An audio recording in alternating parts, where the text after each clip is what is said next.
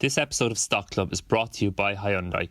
Restart your journey towards a greener world with Hyundai's next generation of zero-emission cars. Find out more about their range of electric vehicles and the savings they can bring to your company and employees at Hyundai.ie. Hi there and welcome to the Stock Club podcast. I'm James, and with me this week is MyWallSt co-founder and chief investor Emmett Savage and our head analyst Rory Caron. In this episode, we're talking about the Twitter hack and what a subscription service might look like for the company, Lemonade, the most talked about IPO of the year to date, and which is a better investment, Mastercard or Visa. So guys, we've been doing this podcast for about 2.5 years now, and in that time we've got lots of great feedback and comments from our listeners. But last week I think we received what was undoubtedly the best review of the show we've gotten to date. A person on Twitter, the username YBMSCR, said, and I quote, "Whoever hosts the podcast has the most incredible accent. I would absolutely listen to it just for the sake of hearing him. Plenty of good substance as well." I don't know. I don't think reviews for podcasts get much better than that. Or more insincere. Who's the host?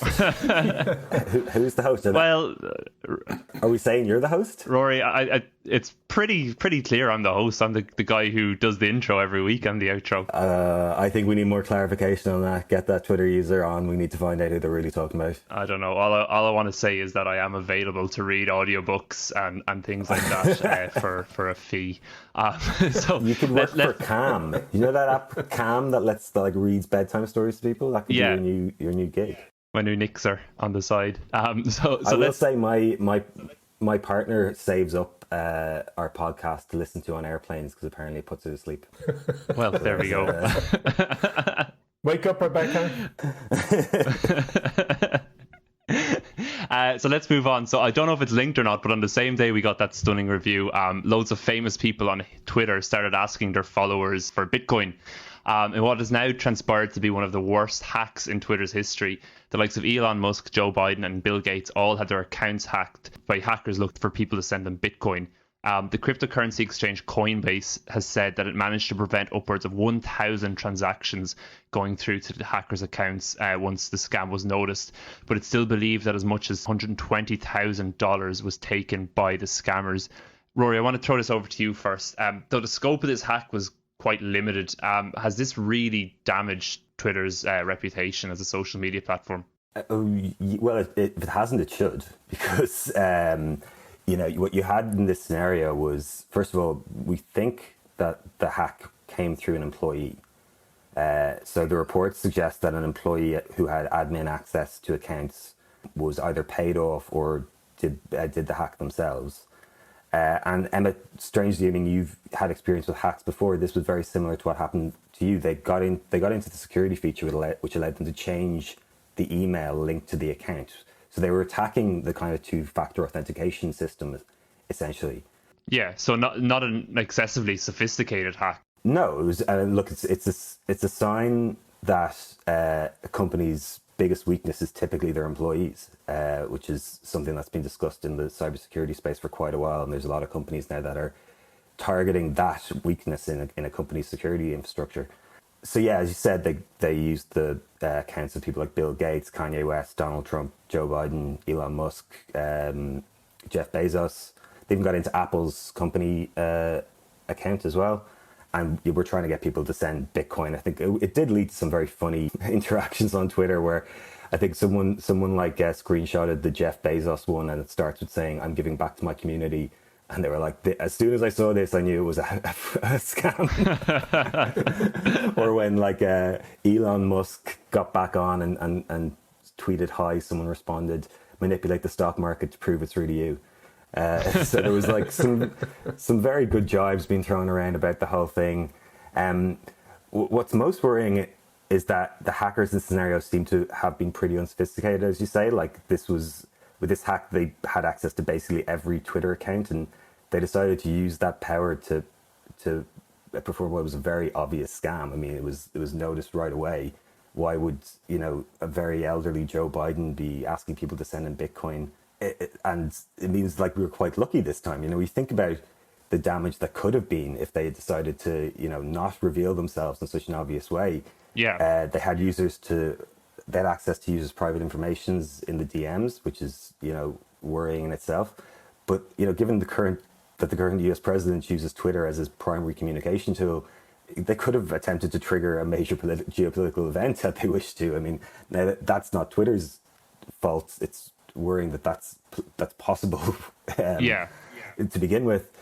But it is worrying, and it shows that people are like these accounts have grown very powerful, and we need to be very aware of what's going on. And Twitter definitely needs to sort out their back end infrastructure. If a couple of rogue employees, it's not the first time a couple of rogue employees have done something like this. So, it's very, giving back end employees God mode is very convenient, being able to access the admins of users. And it definitely, as our customer service rep Luke will testify, it makes talking to users and dealing with user complaints a lot easier when you've got kind of excessive control over accounts. But when you have attacks like this happening, not a unique attack, again, happened before, you definitely need to ask some questions about what Twitter's going to do to sort this out going forward. Absolutely.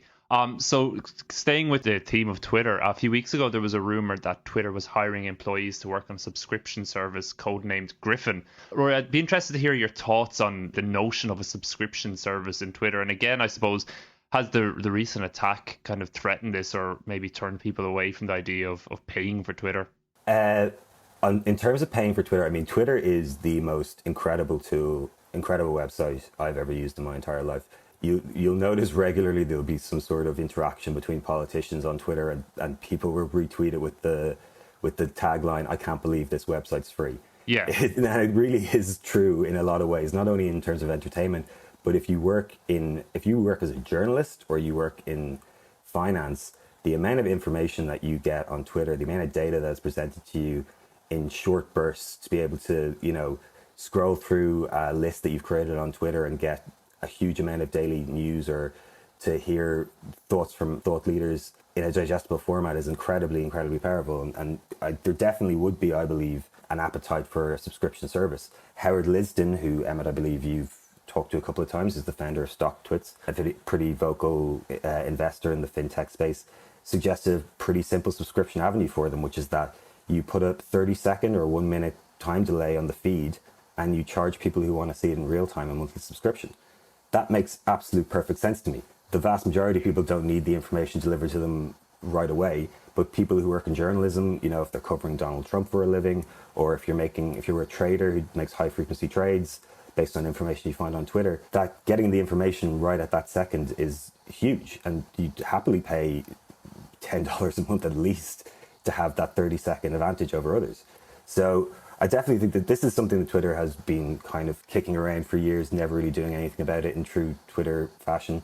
And they should develop it quickly and start making some money, because the influence, as we've seen with the recent hack, is growing. The importance of Twitter has grown and grown. Yeah. And yet the monetization of it has not. So they need to do something different. It's a great platform. They've got a great product there. It's ubiquitous. It's unique in a way, and they should be able to make money out of it going forward. Absolutely. Emmett, you're quite an active Twitter user. Would you pay for a subscription to a kind of enhanced Twitter service? I probably wouldn't, James. I get all I want from Twitter in kind of passive mode, and I contribute to it in passive mode. So I don't feel inclined at this moment to pay for it. I mean, as we all know, the amount of subscriptions that are stacking up in everyone's life is growing. So unless they really had something that I especially wanted, as Roy said, whether it's to see tweets sooner than everyone else, and even at that, I haven't felt the need to read a tweet the moment it's broadcast. So at the moment, I wouldn't see myself becoming a subscriber unless by not doing so, my user experience was diminished, Cool. So let's move on to another social networking app. This one, TikTok, which is undoubtedly one of the heroes of the recent lockdown.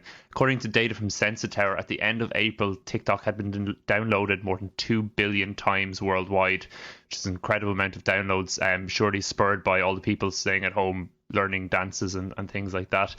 However, the app and its parent company ByteDance have been running into trouble with the US government recently. As early as last week, Secretary of State Mike Pompeo hinted that it, along with other apps from China, could end up being banned in the US. Rory, we talk about TikTok quite a lot on this podcast. Why exactly is the US government going after it? Yeah, so I think the first thing that's important to understand about TikTok is that it is not in the traditional sense a social network, or at least not a social network in the way we think about it. Yeah. TikTok is defined by two things. One is that it's got very simple video tools that allow pretty much anyone to create engaging video content. So that's really important. You know, phones in general are not great at creating video content.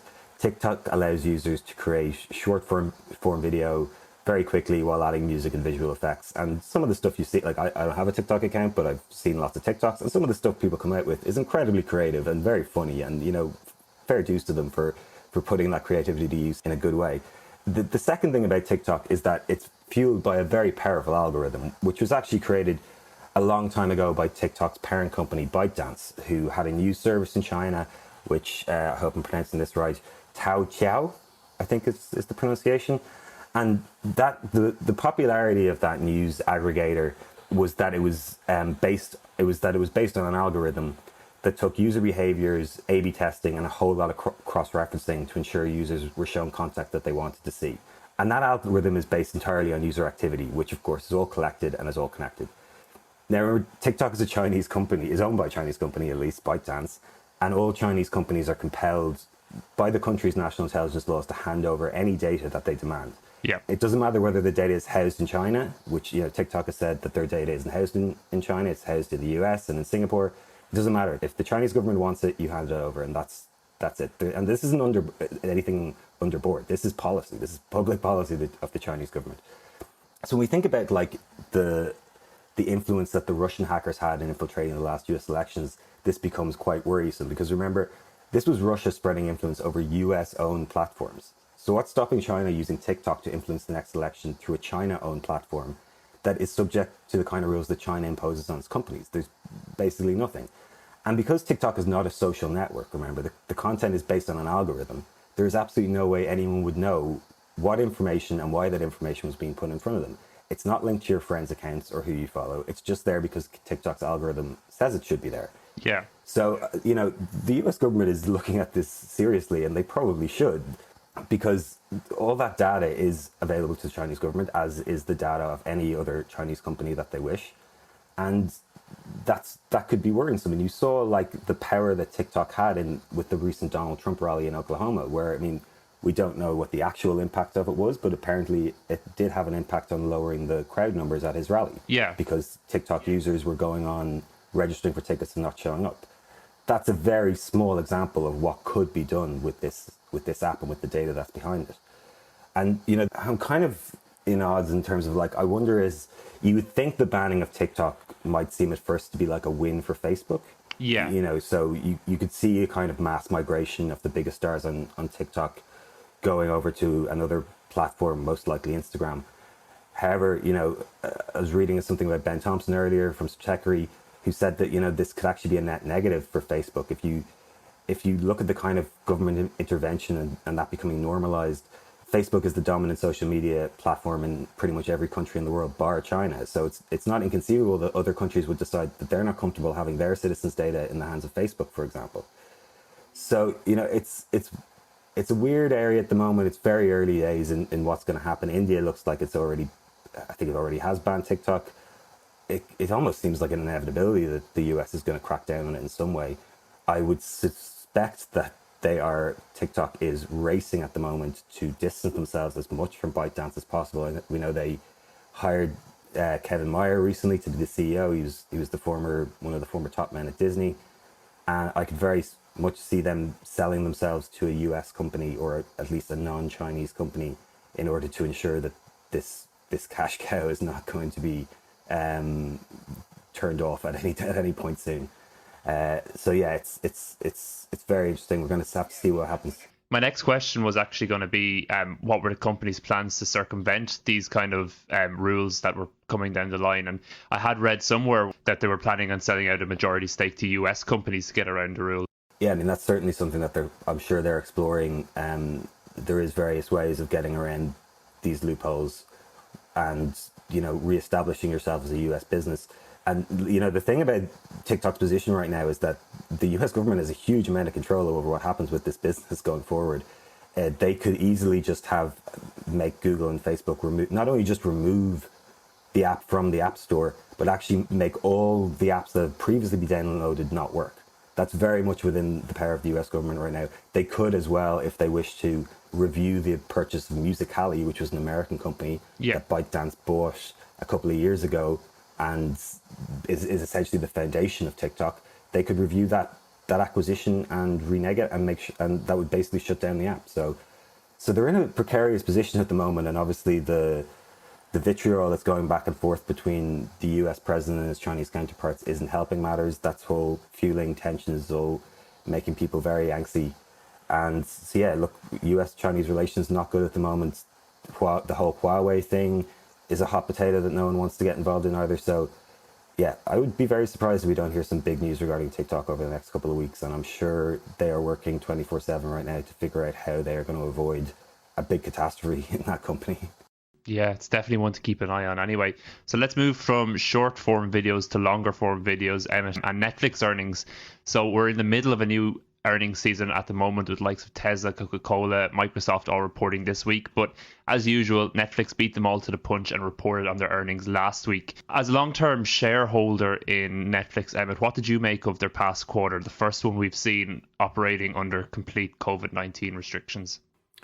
Well, it was as impressive as ever, James. And, what's amazing is that Netflix today is bigger than the Walt Disney Corporation. And I actually never thought I'd see that day. Today, the pre-market open, Netflix is capitalized at around $216 billion. Disney's market cap is $214 billion.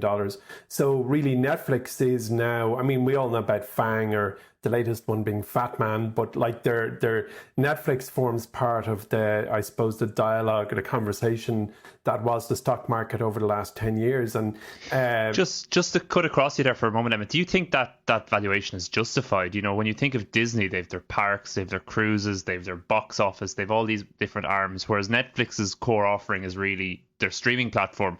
Does the fact that they're valued at more than Disney, does that make sense to you?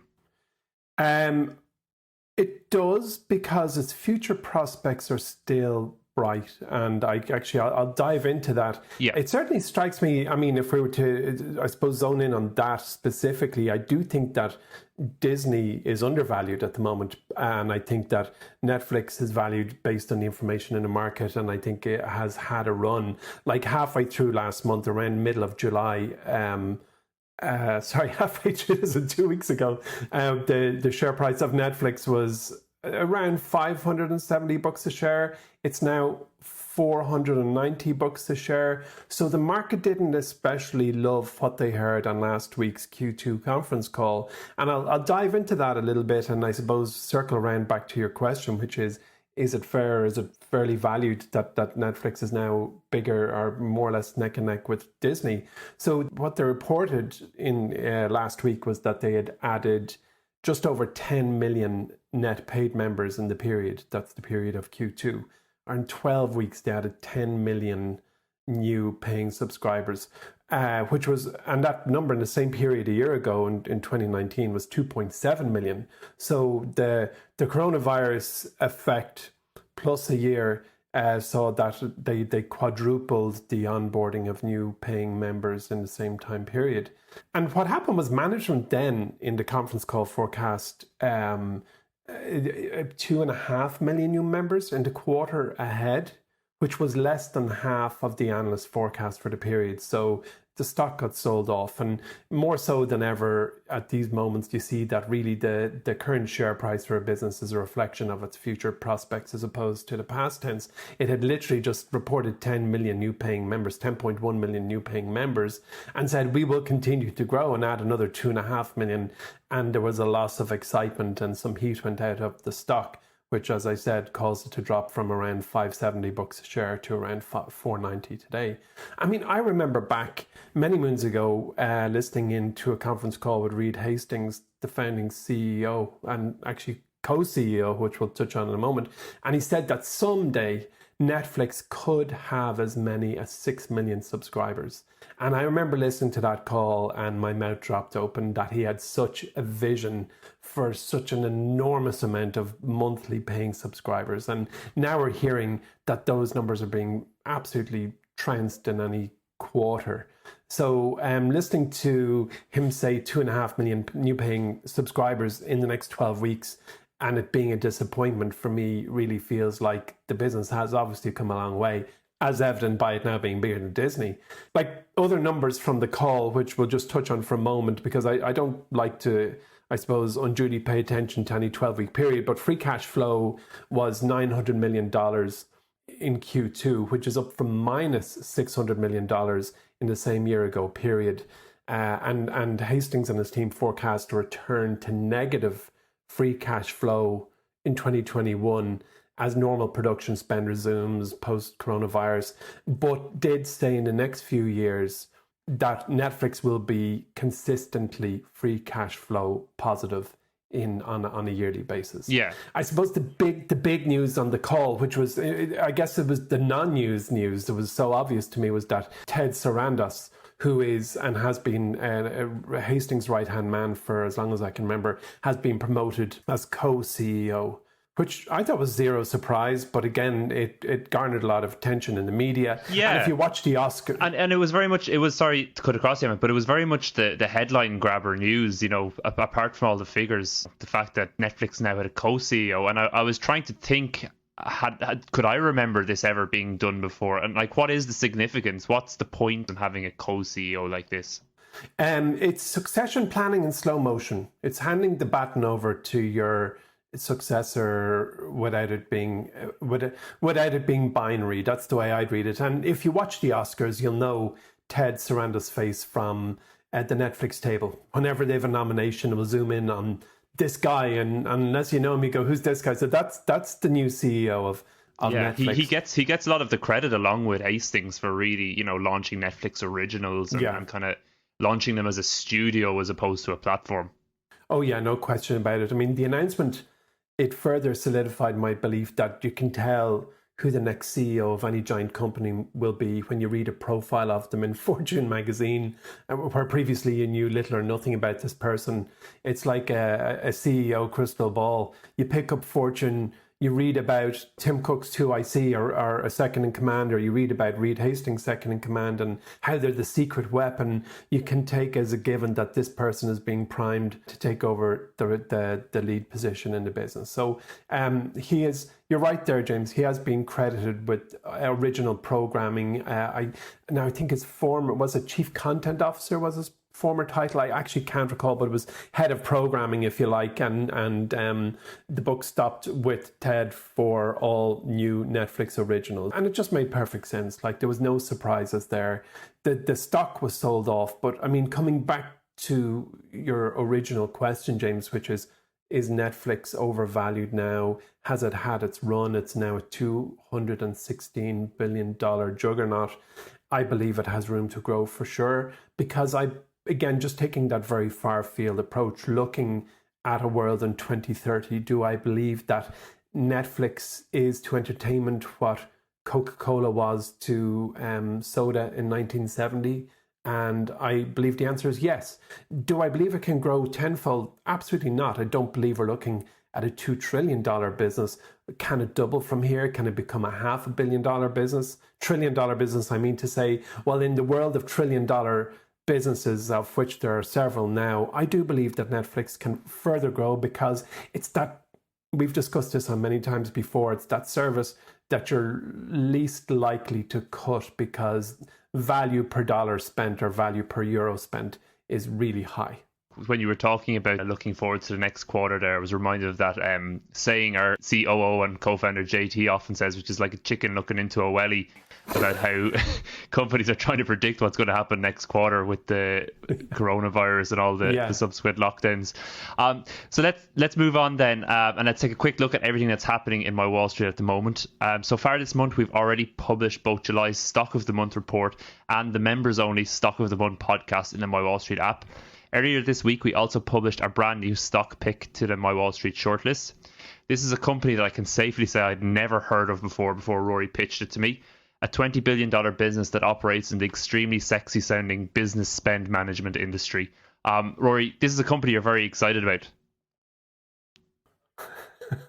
Wake up, Rory. I'm excited about every company that we add to the MyWallSt platform. No, I think this is a company that's a really well managed business. It's in a quite boring space, I suppose, which is one of those Peter Lynch checkpoints. It's not gonna, people aren't gonna get too, well, people except me aren't going to get too excited about it, I suppose. But they're ticking an awful lot of boxes in terms of great management. They're beating companies like Oracle and SAP at their own game. They're constantly kind of noted as leaders in the space by the likes of Gartner, which is one of those self-fulfilling prophecies. Once you're a leader in Gartner, all the CIOs in the world start looking at you and going, "Oh yeah, we'll buy that. We'll buy from those guys. Why would we buy from anyone else?"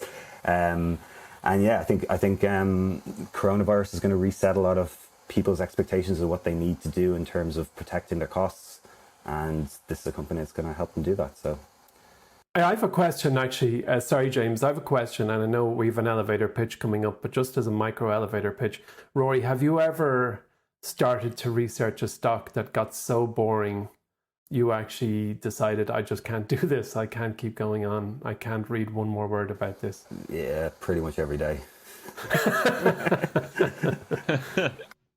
So if you want to check out our opinion on this extremely boring stock, don't forget that you can sign up to MyWallSt and get a free trial by just clicking on the link in the notes for today's show. Let's move on to Jargon Busters then. Rory, I'm going to throw the first question over to you. This is one we've actually addressed before on the podcast, but it's a question we also get in quite frequently, so I think it's worth revisiting.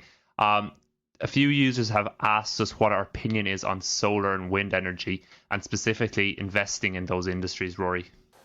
Yes, as we said many times before, we typically don't recommend any companies in the energy sector, and that's largely because it's one of those industries that's quite specialized. To understand how much an oil company, for example, is going to make over the next few years, you do need to have some idea of how much a barrel of oil is going to be selling for, because that's their product, and that means needing to have some insight into how oil is priced and what effects of regulation and geopolitical events are going to have on that price. I mean, that's the first hurdle you need to get over before you even start thinking about how the company's managed and what they're going to look like in a few years.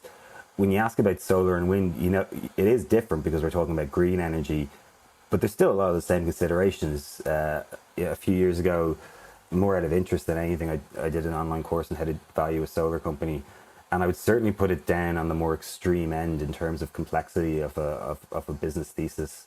It's not quite as simple as a company building a load of solar panels or wind turbines and just printing money for the next 50 years. There's various production risks and leasing agreements, and look, if anyone wants to get more involved in it, they can contact me on Twitter. I'll point them in the direction of that course, and they can see for themselves. But it's essentially you're trying to value a company's primary product as a commodity, which the price changes, and that's something that you just need to have an insight into before you're going to have any sort of edge on the professional investors.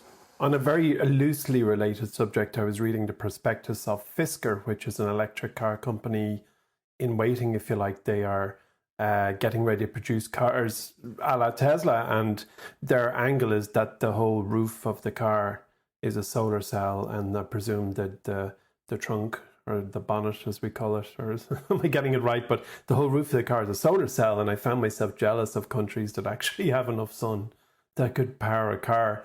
I think wind energy is Ireland's speciality. Yeah, you wouldn't get too far in one of those around Dublin at the moment.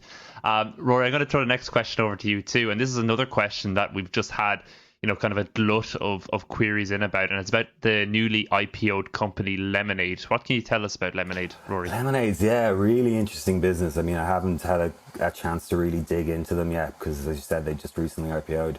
But they're, as far as I've read so far, they're a would-be insurance industry disruptor. And it seems to be largely based on kind of processing bots, or AI bots, chat bots, as you might call them, which the company claims can sort out an insurance claim in under 3 seconds.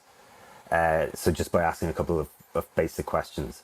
They've also they engage reinsurers to limit downside, so which is something a lot of insurance companies do. But however, they also have a unique feature, or at least unique to me, in that they give back a percentage of profits to a pre-vetted list of charities that the customer can choose from. So very strange. It's very strange, very, very interesting. You don't often hear about insurance companies taking the high road and trying to give away some of their profits. But the company went public on July 2nd, priced at around $29. The stock went up 144% on its first trading day. I think it's currently kind of hovering around 176% up. And it's frothy. It's trading at about 40 times sales. It's got fast growing revenue. Its revenue was up 138% last quarter. So it's in that kind of hyper growth phase, but it's working off a very low base. I think it was 100 million they made in the previous quarter, and then 26 million this quarter. And you're talking about a company that's being valued at the moment at 4.5 billion. So it's definitely, people are definitely expecting continued hyper growth, if nothing else. At the moment, it only does renters and homeowners insurance, but just last week they announced they're getting into pet insurance. And look, there's plenty of more vectors they could jump into. Insurance is a very wide net with plenty of different types of policies that you can offer to customers. And it's one of those things we've probably talked about a few times, which is they're really targeting this Uberized consumer who wants to be able to deal with things like insurance, kind of boring things like insurance, in a very efficient app form, not have to deal with filling out long-winded paperwork, getting things done as fast as possible from the comfort of their smartphone. And they're tackling a $5 trillion global market. So there's lots of interesting things going on with them. Scott Galloway, who's I'm a big fan of, is a big proponent of them. He says I think it's his second investment he's made in the last 10 years or something. Wow.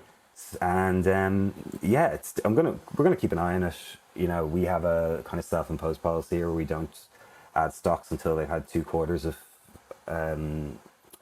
financials posted as a public company. And we'll try and stick to that and kind of monitor them over the next 2 months and see how things go. It's definitely interesting. They're definitely doing something different. Am I right in saying they're SoftBank backed? They are SoftBank backed. Disclaimer. Is that an alarm bell for you? Well, so many companies are SoftBank backed. They're so you can't totally write off a company just because SoftBank is involved in them. But yeah, big disclaimer there, of course. So the last question then, Emmett, I'm going to throw over to you. And this is a question about a stock in the MyWallSt shortlist already. So we picked Mastercard back in September 2015. And since then, it's returned a very respectable 240%. However, some people have asked why we chose Mastercard over its biggest industry rival, Visa. Yeah, okay. So I guess I'm going to start by telling you why they're so similar. And then I'll kind of zoom in on the difference. So here's an interesting fact. Neither Visa nor MasterCard issue any cards. Now, this was interesting to me. And all the plastic in the world is issued through some kind of co-branded relationship, which is generally your local bank or credit union or a trusted business like Amazon, for example, who have a platinum MasterCard, or at least they do in the UK. So Visa and MasterCard are the 2 largest payment processing networks in the world. The whole card payment industry is actually a very complex one. And like when you go into a coffee shop and tap your card to buy an Americano, backstage there's a lot of wheels whirring. There's merchants and merchant acquiring banks and issuer banks and network processing and layers of players and software that is quite confusing if you're a non-industry specialist. So MasterCard and Visa are network processors, and they therefore, because of the role they play in the ecosystem, can structure their fees any way they like, and that's largely how they try to differ. So according to our friends over at Investopedia, who gave me this piece of information, last calendar year, Visa generated $23 billion in total revenue with payment volume of $8.8 trillion.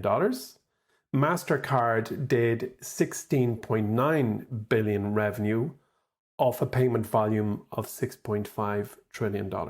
So to save everyone the mental arithmetic, I got out the calculator, and what that implies is that Visa made 0.26% of revenue off its total dollars passed through its system, and Mastercard, wait for it, did the exact same, 0.26%. So it's a volume game. And from what I can see, you describe as an apparent duopoly of sorts.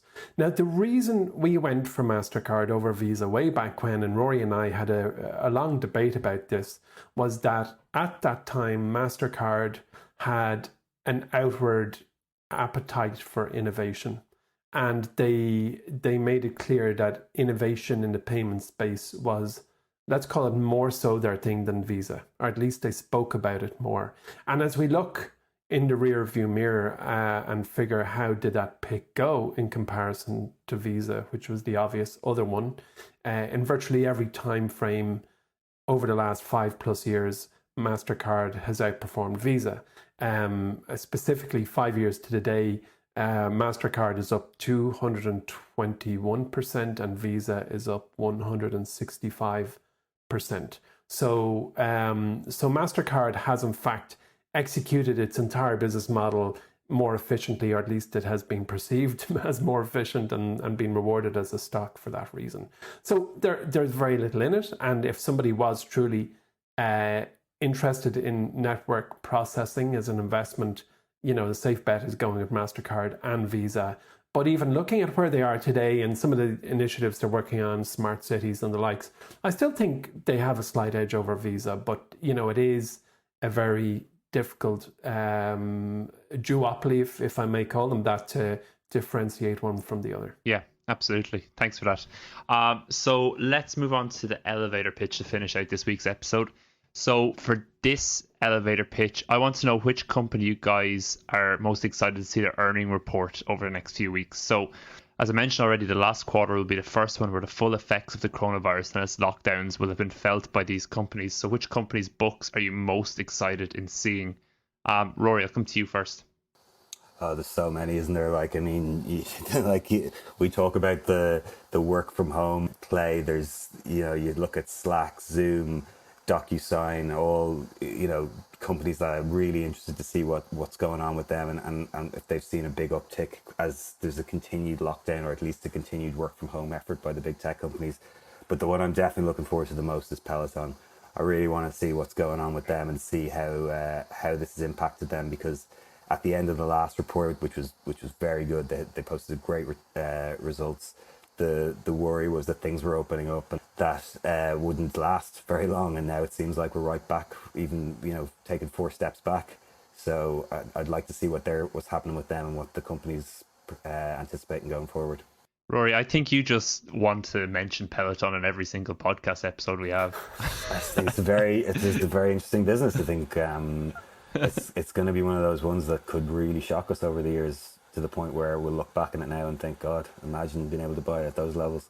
Yeah, no, absolutely. In fairness, from when I first heard about it until now, you've definitely changed my opinion somewhat on it. I'm still not totally convinced, but you've definitely moved me along. Emmett, what company's earnings report are you most looking forward to reading? Well, as Rory said, there's a lot to pick from. And in fact, did you know that next Thursday, July 30, is peak earnings day, with 339 companies walking up to the microphone next Thursday, so that's going to be interesting. But the one that's why I booked annual leave that day. Well, so the one I'm going to go with is reporting next Tuesday, July 28, and it's actually the absolute opposite end of the scale of Peloton, which I am very interested to listen in on, and it's IMAX, because as much as Peloton has benefited undoubtedly from the stay-at-home world that we're in at the moment, IMAX has suffered, and it's the one cinema group that I have a watchful eye on, in the hope that when a vaccine emerges, hopefully it does emerge, that it's the one I think most positioned to benefit from people going back to their normal lives. The things I'll be looking for is their cash position, how are they doing when new theatre opens and what's slated, and how they're dealing with the coronavirus.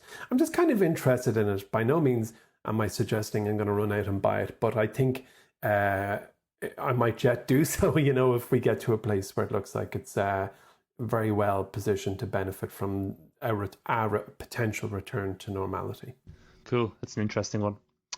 So that's it from this week's Stock Club. No laughing fits at the end of this week. Don't forget about all the great new stuff in the MyWallSt app at the moment. If there's anything you want us to discuss or explain on the next episode of Stock Club, please make sure to get in touch with us. You can find us on Twitter in the usual place at MyWallSt HQ, or you can shoot us an email at pod@mywallstreet.com. That's pod@mywallstreet.com.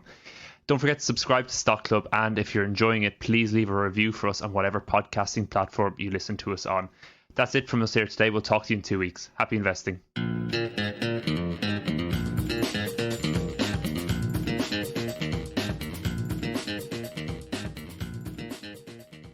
This episode of Stock Club is brought to you by Hyundai.